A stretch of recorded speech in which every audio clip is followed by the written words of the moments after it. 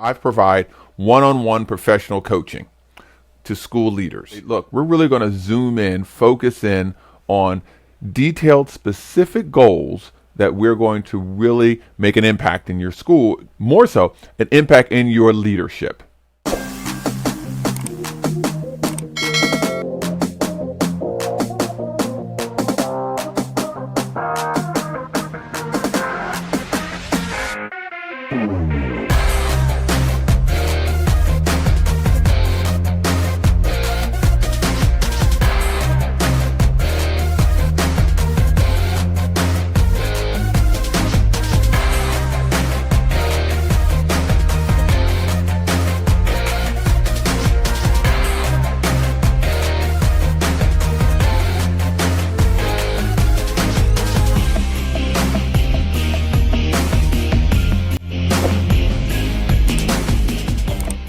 Hey gang, Steve Bowler, also known as Stand Tall Steve here. One of the things that I do, which is a major part of my business, my providing value to the world of education, is that I provide one-on-one professional coaching to school leaders, principals. Most of the ones are principals, but I do vice principals, directors, supervisors, superintendents, assistant superintendents, all of them.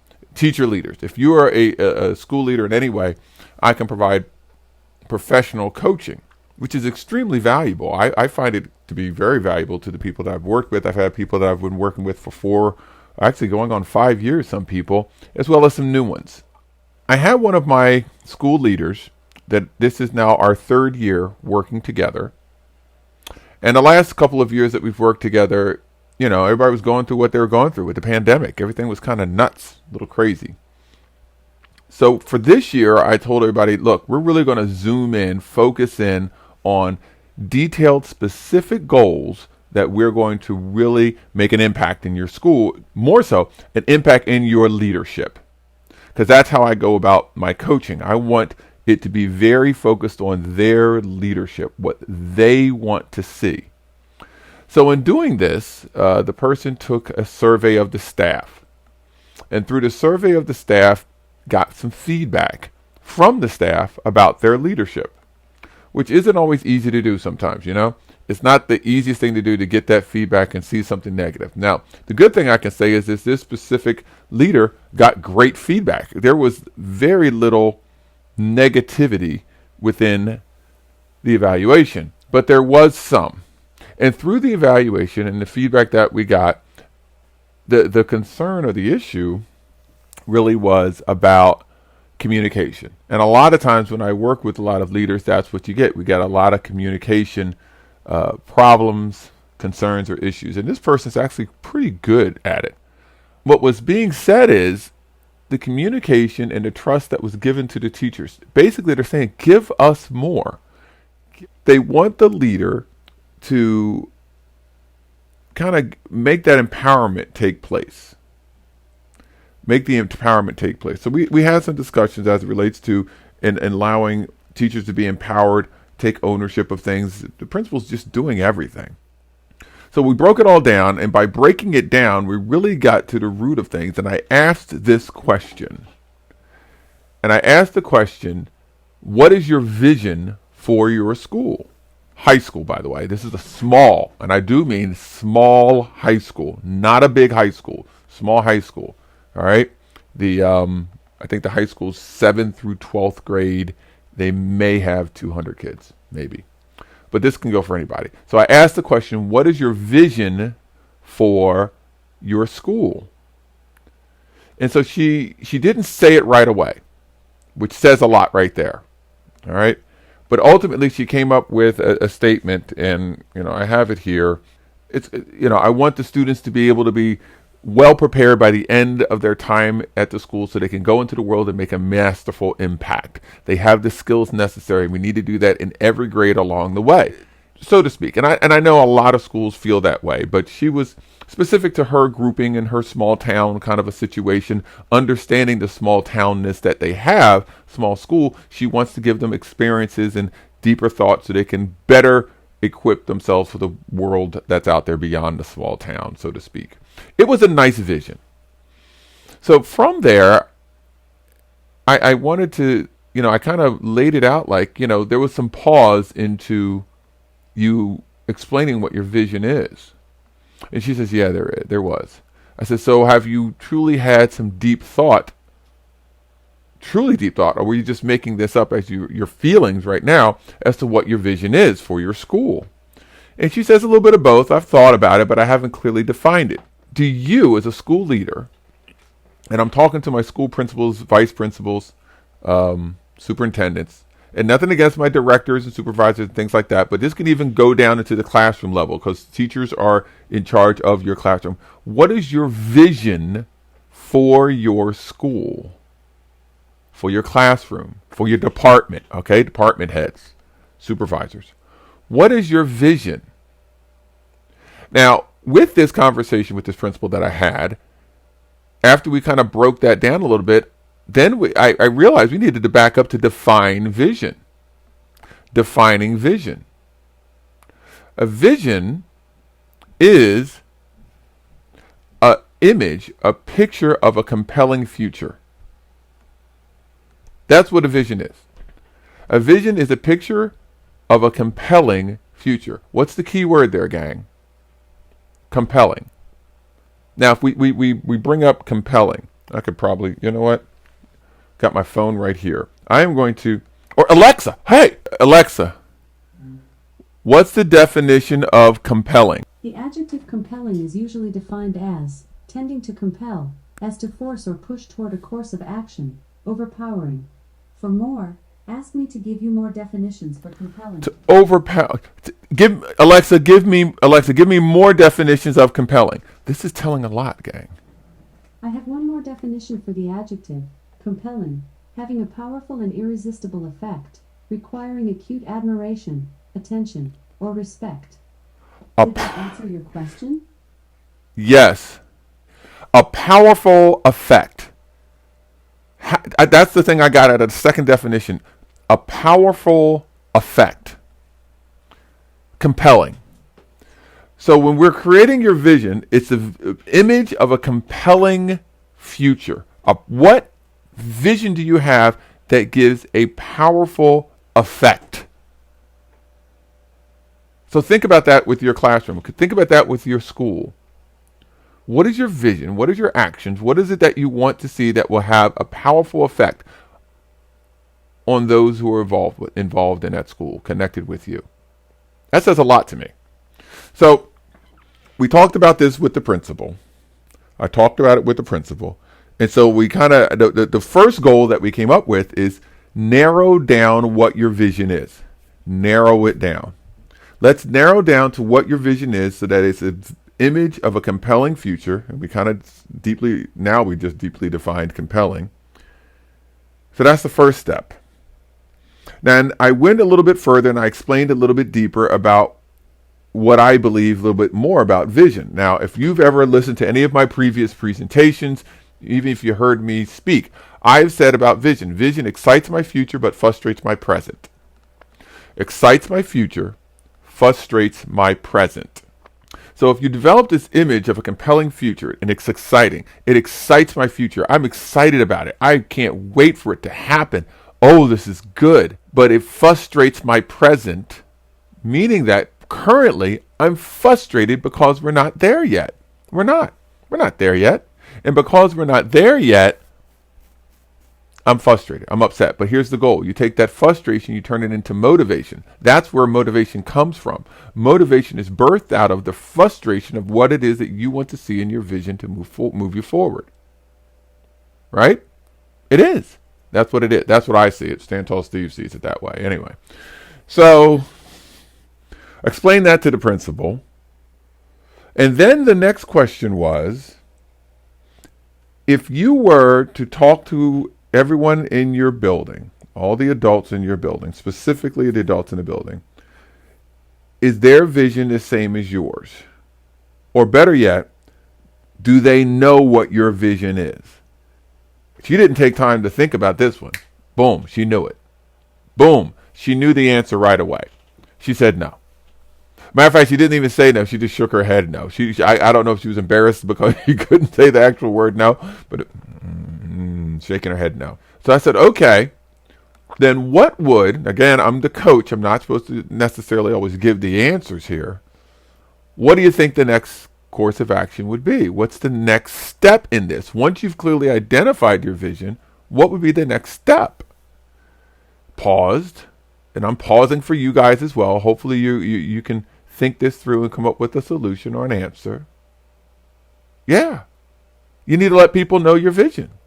If you're in charge of this building, and part of the goal of what we're really trying to do is we're trying to get a course of action this year. I'm trying to do it with a lot of my people I'm coaching. I want to see outcomes. I want to see direct results from actions that you're doing. So the end result, or not the end result, but the next step rather, is I need to let people know my vision. Yes. So if you're a school leader, you got to let people know your vision. You have to clearly define your vision and then let other people know. Now, this is my thing. On top of that, you can't just let people know your vision one time. You can't start off at the beginning of the year, or maybe near the beginning of the year, or earlier. Once you figured it all out, let everybody know, and that's the end of it. No, you need to let people know continually. Again and again and again and again and again. And again and again and again and again and again. You are constantly restating, reaffirming what your vision is. You're reinforcing that with everyone in the building. You are the building leader. Because the first time they hear it, they're like, all right, you got a vision. Hear it a second time. All right, yep, the vision. Third time. All right, it's a little bit of a fad for this person. Fourth time, fifth time, sixth time, 7th, 8th, 10th, 20th, 40th time, 60th time. Wait a second. She means it. Wait a second. Yeah, I think this is something. Oh, let me take a second and look to see what it is I'm doing that's helping this vision. Because it's going to take that many times of you restating it. And it's going to be even more powerful when this school year is over and you're still saying it. Because how many times do things come down the pike and then the next year we're switching it up, right? That's education in a nutshell. And your veteran teacher be like, don't worry, this will go soon too. But all of a sudden, the next year, you're saying the same thing.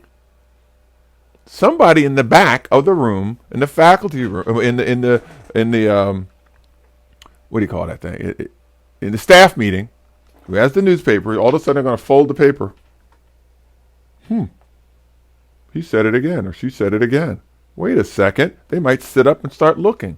They'll stop folding their arms. They're like, wait, we're staying on this.